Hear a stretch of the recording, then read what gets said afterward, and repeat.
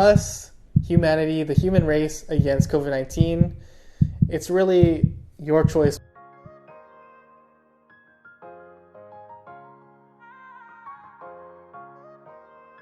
Hey everyone, how's it going? Welcome back to the channel. So in this video I'm going to be talking about variants, and I'm not talking about these variants, but actually the new Delta variant, which is spreading around the world, on the news everywhere, and is the newest topic regarding COVID-19. In this video I wanted to give my perspective on the differences. Is it effective against our vaccines, and also some of my own thoughts and potential recommendations for you.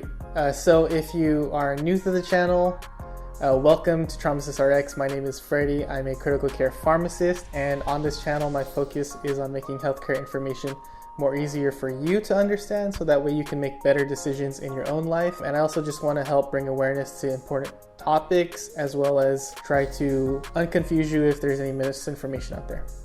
So as I mentioned, with the Delta variant, this is the newest variant of concern according to the CDC. And if you're not familiar with how they bracket different variants, a variant of concern is a strain of the coronavirus, in this case, that has shown evidence to affect our testing, our ability to vaccinate, as well as our ability to treat patients with this variant. Variants of concern are also those that have shown evidence of increased transmissibility, as well as increased disease severity, leading to more severe symptoms, hospitalizations, and potentially more deaths. So what exactly is the Delta variant? The Delta variant is a mutated version of our previous variants, such as the Alpha and Beta variant of the coronavirus. And in this case, the Delta variant is different because of its mutations on its spike proteins. And in a simple sense, this mutation causes the Delta variant to be more sticky and able to attach to your own cells much easier than the previous variants, and therefore leading to an increased ability to inject its genetic information into your cells, and then leading to faster spread, replication, as well as ability to infect others. So the Delta variant actually originated in India and has now spread to many other countries, including the UK, which is where we're getting most of our information from, as well as here in the United States, which as of today, today is July 7th, we are currently seeing about 50% of new cases being caused by the Delta variant. Whereas previously, about a month ago, as I was tracking this, we've seen the Delta variant cause over 5 to 10% of cases towards the beginning of June, and about 20% of cases towards the end of June. So we're seeing this Delta variant become the dominant strain in many states here in the United States, and it's happening extremely fast, so we're trying to keep up with that. So what makes this Delta variant different than our previous variants, you might ask, right? So one of the biggest differences is its increased transmissibility and deadliness. So what we know from our data from the UK and India, what we've seen is that this Delta variant is at least 50% more contagious, and also has caused people who are infected with Delta variant to be twice as likely to be hospitalized due to severe symptoms, and that could potentially lead to more deaths with these patients. So for perspective, looking at how the Alpha variant spread to other patients, what they found in the UK was that one person who was infected with the Alpha variant was able to, on average, infect 2.5 people. What we're seeing with the Delta variant is that one person that's infected with the Delta variant is, on average, able to infect 3.5 to 4 people with this variant, which is about double the amount of people, and that is something to be concerned about because we're seeing more spread of this variant much faster than we've ever seen last year. What we're also seeing is that because this variant is much more efficient in spreading to others, it's taking less amount of the virus to infect someone's body. So it might be better off to wear a mask around others, as well as social distance, kind of like how we did last year. So another thing we're also seeing with the Delta variant is that actually patients between the age of 30 and 50 are the predominant group being infected with the Delta variant. And that can be due to a lot of different things, maybe more socializing, especially with some of the mask mandates being lifted here in the United States, as well as this is the group that is more likely to be not vaccinated with the COVID-19 vaccine. And we're definitely seeing the effects of how being vaccinated can protect different age groups against Delta variant, as we're seeing less people over the age of 75 getting this infection compared to the previous unvaccinated data we've seen. So based on the data from the UK, another thing we've seen is a difference in presentation of the Delta variant.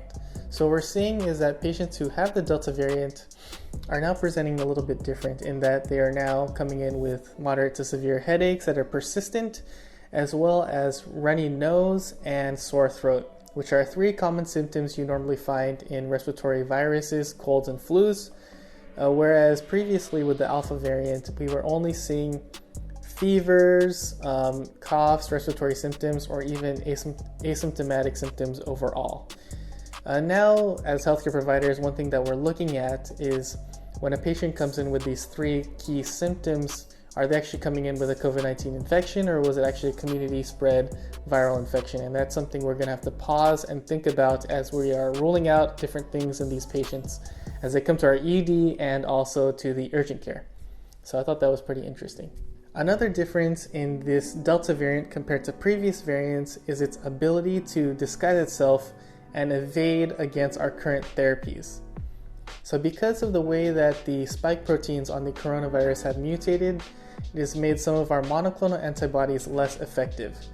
And you've probably heard the term monoclonal antibody, but in case you haven't, it is one of the treatments used in COVID-19, and you've probably heard the name Regeneron, which was used on our previous president, as well as bamlanivimab. So these are 2 of the most common monoclonal antibodies that I've seen personally, at least on the West Coast. And there are other monoclonal antibodies that are used for COVID-19 treatment that may be better for this variant, but it's still, data needs to be seen. So really quick, if you don't know what a monoclonal antibody is an antibody that is created to inactivate the coronavirus particles so they're not able to infect your body and enter your cells. And they also help mitigate your immune system to identify and sequester and destroy the virus before it spreads too quickly in your body, causing any of the symptoms or severe infection. One of the benefits of having monoclonal antibodies is that from first-hand experience as a critical care pharmacist, I've seen monoclonal antibodies used as first-line treatments in some of our patients who came to the ED. If they met certain criteria, such as not requiring extra oxygen or any severe symptoms, they were able to get a single dose of the monoclonal antibody, such as Regeneron or bamlanivimab, and then be sent home without any further treatments. And that was super helpful to me because it meant that there was less coronavirus patients coming into the hospital, taking up beds for other ICU patients, and also overall decreasing the need or the risk of a surge at our hospital, which was great. The concerning thing with this Delta variant is that now it's shown to be ineffective against our current therapies such as monoclonal antibodies, and that can severely limit our ability to treat a large amount of patients if they all come to the hospital with a Delta variant caused coronavirus infection. And that could definitely lead to further surges that can lead to our inability to treat patients the way we need to. And it could also lead to other drug shortages as well as the whole cascade of negative things that can happen when a surge happens. It is also concerning to me because this could be a precursor if we do have further variants in the future. Based on how this variant is evading our treatments, it might mean that future variants might actually be completely able to be resistant to our treatments, and therefore would mean that all of our efforts so far would be for nothing as far as treating COVID-19. With all these changes, this brings us to one of the most important questions you're probably asking in your head right now. Are our current vaccines effective against the Delta variant? And the answer is yes. But I want to give you a couple of caveats as to what to think about as far as am I really protected or not. So the first thing is you have to be fully vaccinated to get full protection. So if you're not sure if you're fully vaccinated, it is 2 weeks after receiving both doses of the Pfizer vaccine or Moderna vaccine, or 2 weeks after receiving the 1-dose J&J vaccine. If you don't meet those criteria, you probably should get your vaccine sooner than later so that way you can be protected against this Delta variant as it makes its way across the United States. So how effective are the vaccines against the Delta variant? Well, according to some of our UK data, looking at the Pfizer vaccine specifically, after 1 dose, the efficacy has actually decreased from 50% against the Alpha variant to only 30% against the Delta variant. That is pretty significant in terms of protection and can mean that getting the first dose is really not adequate in protecting yourself against the Delta variant or even future variants if that is the case. What our UK data has also shown is that after getting both doses of the Pfizer vaccine, efficacy increased from 30% all the way up to 88%. So how does that actually translate in the grand scheme of things? If you remember, with our Pfizer vaccine, efficacy against the Alpha variant was 95%. So we're actually decreasing slightly to 88%, but that's still much, much better than having 30% protection or 0% protection if you are unvaccinated. What I expect with future studies is that the Moderna and J&J vaccines will follow suit and have pretty good protection against the Delta variant, only because what we've seen with initial data is that all three of these vaccines were really, really effective against COVID-19, upwards of the 90s. So given the only slight drop from 95 to 88% in the Pfizer vaccine, I would assume that with the Moderna and J&J, protection should be at least greater than 80%, which is pretty good in my opinion. I also want to point out that even though we're not using the AstraZeneca vaccine here in the United States predominantly, efficacy has shown 60% initially, and that could change in the future as we get more data. And I'm not quite sure exactly what the parameters in the study was for that. So as more data comes out, we'll learn just how effective our vaccines are. But currently, if you're fully vaccinated, you are protected. So as far as my thoughts about the Delta variant and what I think we should do, is it hopeless, or should we just end everything? Should we stop? Should we be scared? And the answer is no. I think this is definitely something we should be concerned about, but if you're fully vaccinated, if your friends and family are fully vaccinated, you don't really have much to worry about yet.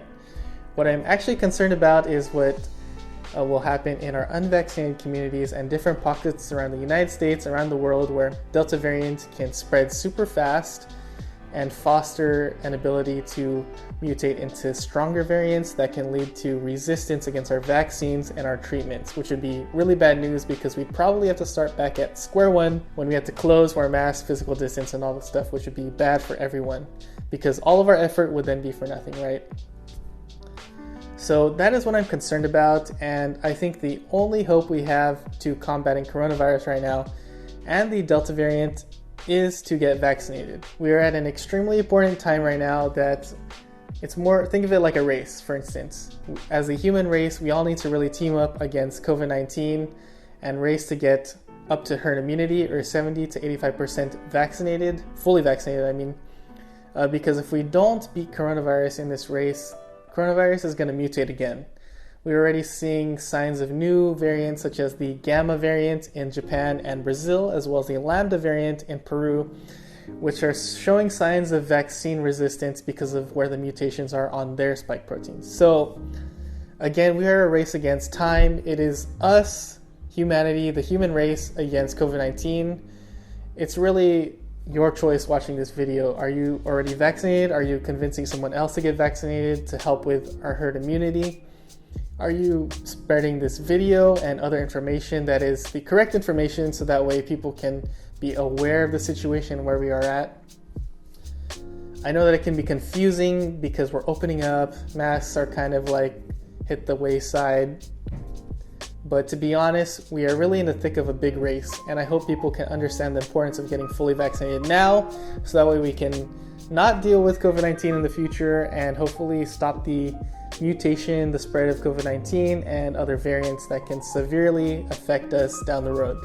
Again, we are only at 47% of fully vaccinated Americans here, and that equates to only 155 million people, which might seem like a lot, but again, herd immunity requires 70 to 85% protection in order to make a big impact in preventing virus mutation. So I know that's a lot of information, but we can all definitely do it if we work together, if we, reach out to each other, kind of see what are the barriers to getting the vaccine. Is it a technological barrier? Is it fear barrier? Is it something like that? Let me know down below so that way I can make a video and you can spread it to your friends and family as well. But that's all I got for you regarding the Delta variant. Again, this isn't the end of the world. We have to deal with this though with the vaccinations and maybe evolving our treatments a little bit. But I think we can all work together. We can stop and curb different mutations from happening, and it takes all of us really to get fully vaccinated and to help each other get to that point so we don't have to deal with this in the future. But anyways, if you enjoyed this video, enjoyed this information, please like and subscribe, comment below your thoughts. Let me know if this video helped you make a decision whether to get vaccinated or not.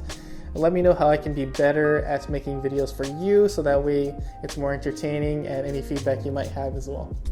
All right, I'll see you in the next one. Stay safe out there. And yeah, all right, see ya.